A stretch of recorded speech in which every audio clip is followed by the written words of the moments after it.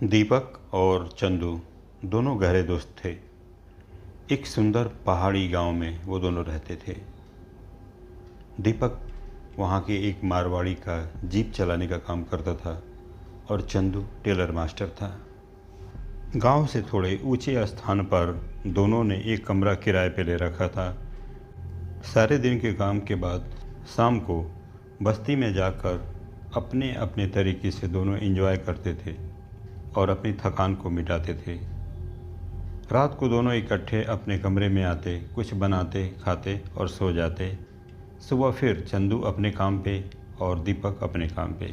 ये इनका प्रतिदिन का रूटीन था।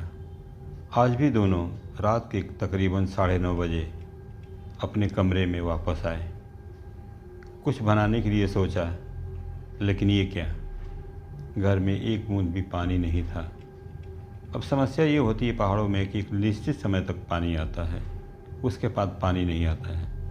मगर दोनों ने इसका भी एक तोड़ निकाल दिया था। उस स्थान से तकरीबन 300 मीटर की ऊंचाई पे एक टंकी थी, जहाँ से उस पूरे बस्ती के लिए पानी की सप्लाई होती थी। उस टंकी के पास जाकर वहाँ पे एक छोटी सी टोटी थी। उस टोटी से अक्सर पानी भर लाया करते थे। हालांकि वो 300 मीटर की ऊंचाई पगडंडी वाला रास्ता था, खतरनाक था काफ़ी, और साथ ही काफ़ी भयानक भी। वहाँ पे बांस के झुरमुटों की एक बहुत बड़ी बसवाड़ी थी, जो काफ़ी भयानक लगती थी देखने में रात के समय में। उस बसवाड़ी के विषय में बस्ती के लोग काफ़ी तरह तरह की बातें करते थे। टंकी पहाड़ों में वैसी नहीं होती है जैसे आमतौर पे शहरों में होती है, बड़ी सी ऊंची सी, बल्कि वहाँ सीमेंट की एक चौकोर सी टंकी होती है जिसमें नेचुरल पानी आकर इकट्ठा होता है और एक निश्चित टाइम पे उसे सप्लाई कर दी जाती है बस्तियों में। उसमें एक छोटा सा टोटी लगा हुआ था टेम्पररी, जिसके द्वारा पानी भरा जा सकता था और उसी से ये दोनों पानी भरते थे। टंकी के पास पहुंचकर टंकी पे चढ़कर बैठ गए दोनों मूड में थे, कुछ ड्रिंक भी किए हुए थे। अचानक चंदू बोला, भाई दीपक, यार बस्ती वाले बोलते हैं यहाँ पे कोई पिशाच रहता है। यार हम लोगों ने तो कभी नहीं देखा। ये बातें मत कर यार, ये कोई समय नहीं है। चल पानी लेते हैं और निकलते हैं। नहीं ठीक है यार, कोई बात नहीं। यहाँ ऐसा क्या है, कुछ नहीं है। हम तो कितनी बार आते हैं, आज तक हमें कुछ नहीं नज़र आया। और यार मैं तो कहता हूँ, अगर यहाँ कुछ है तो ज़रा सामने तो आए, हम भी तो देखें।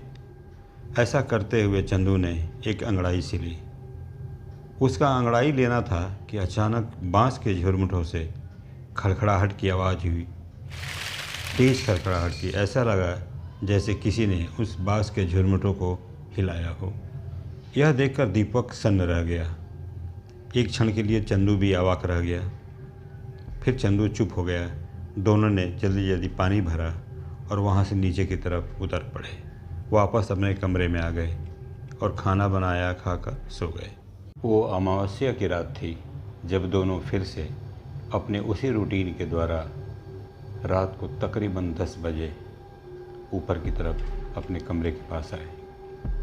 लेकिन पता नहीं क्यों आज दीपक कुछ चुप सा था। वो बहुत ही कम बोल रहा था और चंदू से अपनी नज़रें भी चुरा रहा था। चंदू, चल आज ऊपर चलते हैं टंकी की तरफ। क्यों, पानी तो है नीचे। नहीं, चल चलते हैं, तुझसे कुछ ज़रूरी बातें करनी है मुझे।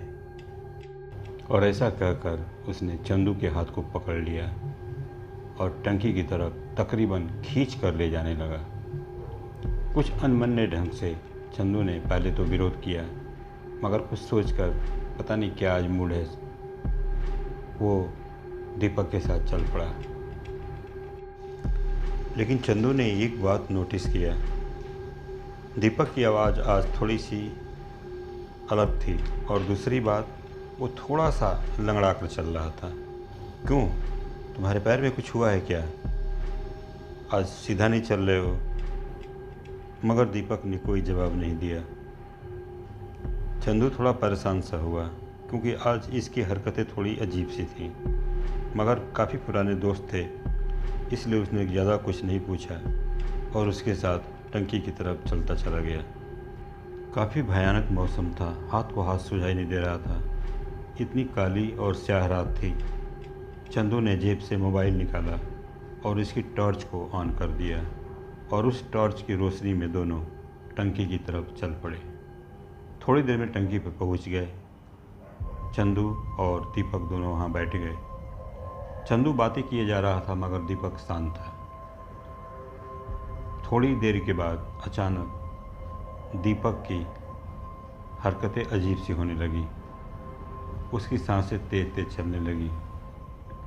यही नहीं, उसने सर को भी झटकना शुरू कर दिया।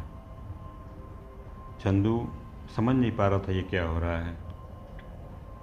उसने जब दीपक की आंखों में देखा तो उस काली स्याह रात में मोबाइल की हल्की रोशनी के अंदर भी दीपक की आंखें बिल्कुल अंगारों की तरह लाल थी और वो खा जाने वाली नज़रों से चंदू की तरफ देख रहा था।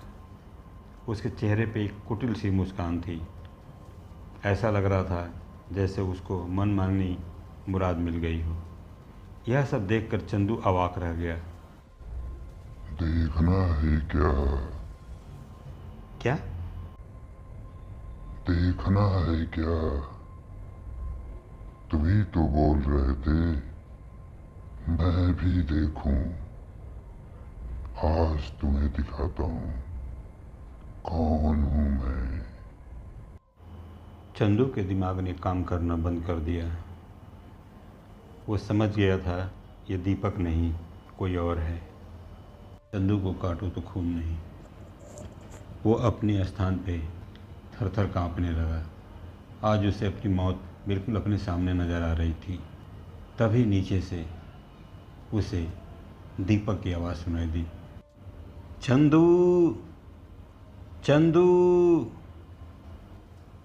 कांपती हुई आवाज़ में चंदू ने जवाब दिया, मैं यहाँ हूँ, बचाओ, बचाओ। उसके इतना सुनते ही दीपक ने नीचे से दौड़ लगा दी। जा, आज तो बच गया। ऐसा बोल एक भयानक हंसी हंसते हुए दीपक रूपी उस शैतान ने उसी बांस के झुरमुटों में छलांग लगा दी। चंदू गिरकर बेहोश हो गया। अगले दिन सुबह जब चंदू की नींद खुली, होश में आया, उसने अपने सामने दीपक को देखा। दीपक ने उसे बताया जब उसे खोजते हुए उसकी दुकान की तरफ गया था तो पता चला कि मेरे ही साथ तुम नीचे आए हो। मैं सोचने लगा जब तुम मेरे साथ आए ही नहीं तो ये लोग ऐसा क्यों कह रहे हैं। फिर मैं नीचे बस्ती में पहुंचा, वहाँ पर भी बताया कि मेरे साथ तुम गए हो। तब मुझे कुछ कुछ शक हो गया क्योंकि मैं तुमसे मिला ही नहीं, फिर तुम मेरे साथ कैसे जा सकते हो। फिर मैंने तुमको काफ़ी ढूंढा, तभी किसी ने मुझे बताया कि तुम ऊपर गए हो मेरे साथ। मैंने कुछ लोगों को लिया और टंकी की तरफ बढ़ गया और ये तुम्हारी खुशनसीबी थी कि मैं बिल्कुल समय पर पहुंच गया। उसके बाद चंदू और दीपक कभी दोबारा टंकी पे नहीं गए। दोस्तों, कभी भी किसी भी जगह पे किसी के होने की यदि हमें आभास भी हो या पता चले तो कभी अपने बाजुओं को अकड़ाकर फैलाकर चैलेंज नहीं करना चाहिए। उन्हें अच्छा नहीं लगता है और वो मिलने के लिए व्याकुल हो जाते हैं।